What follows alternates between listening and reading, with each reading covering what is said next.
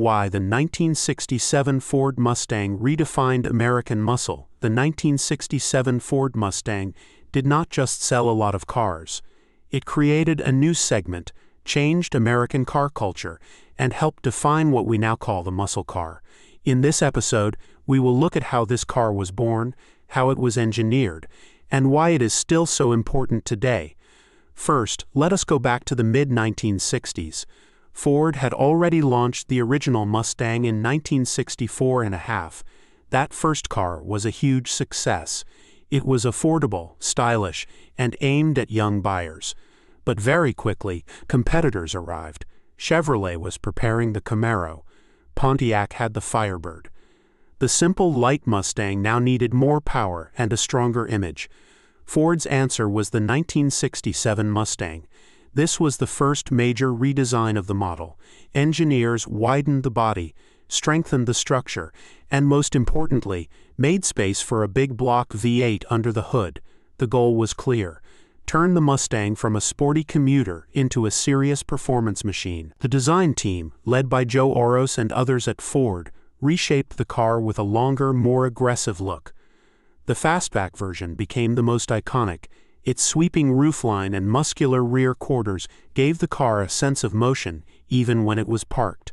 Compared with the earlier, lighter-looking cars, the 1967 model appeared tougher, heavier, and more confident. Now let us talk about the engineering that sat underneath that new body. On the outside, the 1967 Mustang had a deeper front grille, larger side scoops, and more sculpted sheet metal. The front end looked meaner. The rear gained new taillights that wrapped slightly around the corners. Small details such as the placement of the badges and the shape of the side windows all worked together to create a stronger visual impact. Under the hood, things changed even more. For the first time, the Mustang was designed to accept a big block engine. The most famous option was the 390 cubic inch or 6.4-liter V8.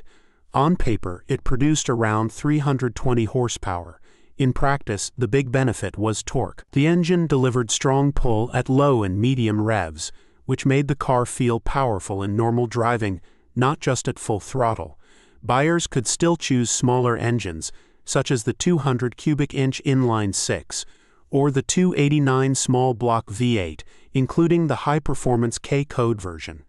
Transmissions ranged from 3-speed manual to 4-speed manual to the C4 automatic.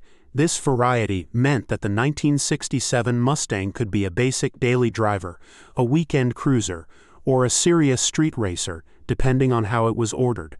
The chassis layout itself was simple but robust. At the front, the car used double-arm suspension. At the rear, it used a solid axle with leaf springs. Front disc brakes were available as an option. By European sports car standards, this setup was not advanced. The car rolled in corners and could feel heavy, but it was cheap to build, easy to maintain, and very friendly to modification.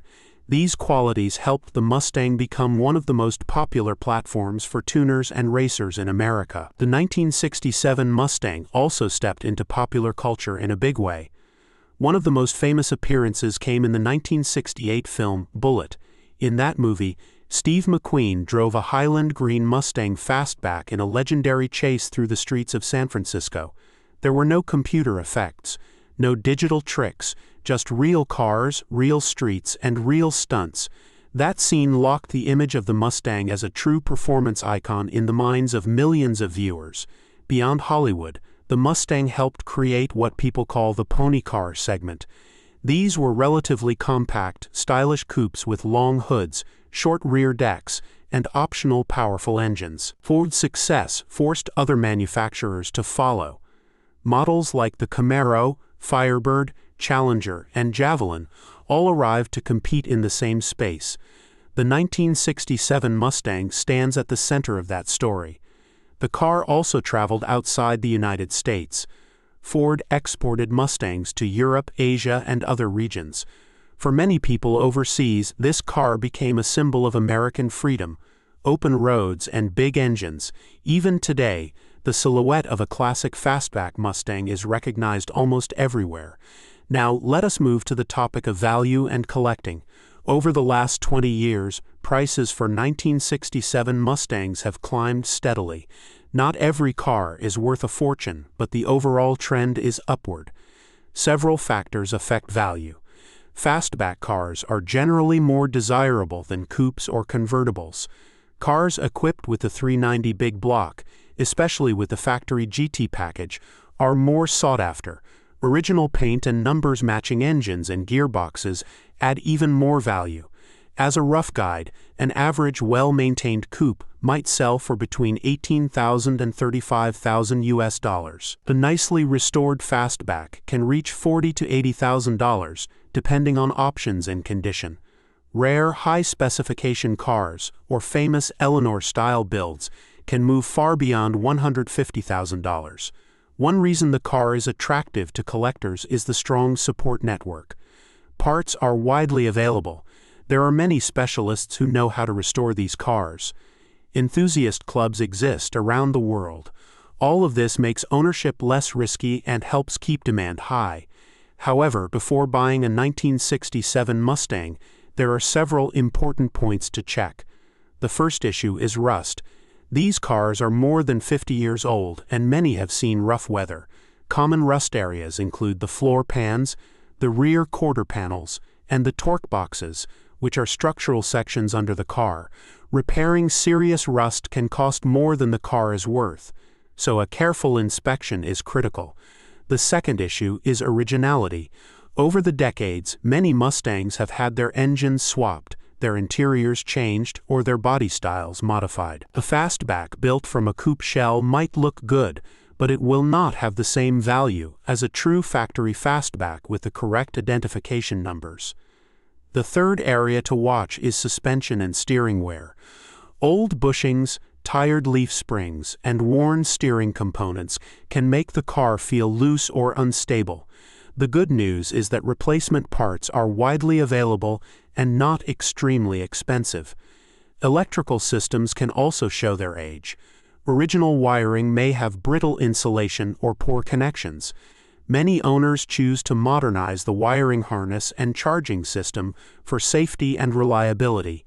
If a buyer takes the time to inspect these areas, asks for documentation, and perhaps hires a professional to check the car, a 1967 Mustang can be a very rewarding purchase. To sum up, the 1967 Ford Mustang marks a key turning point in automotive history. It took the basic formula of the early Mustang and added stronger styling, bigger engines, and a more aggressive personality.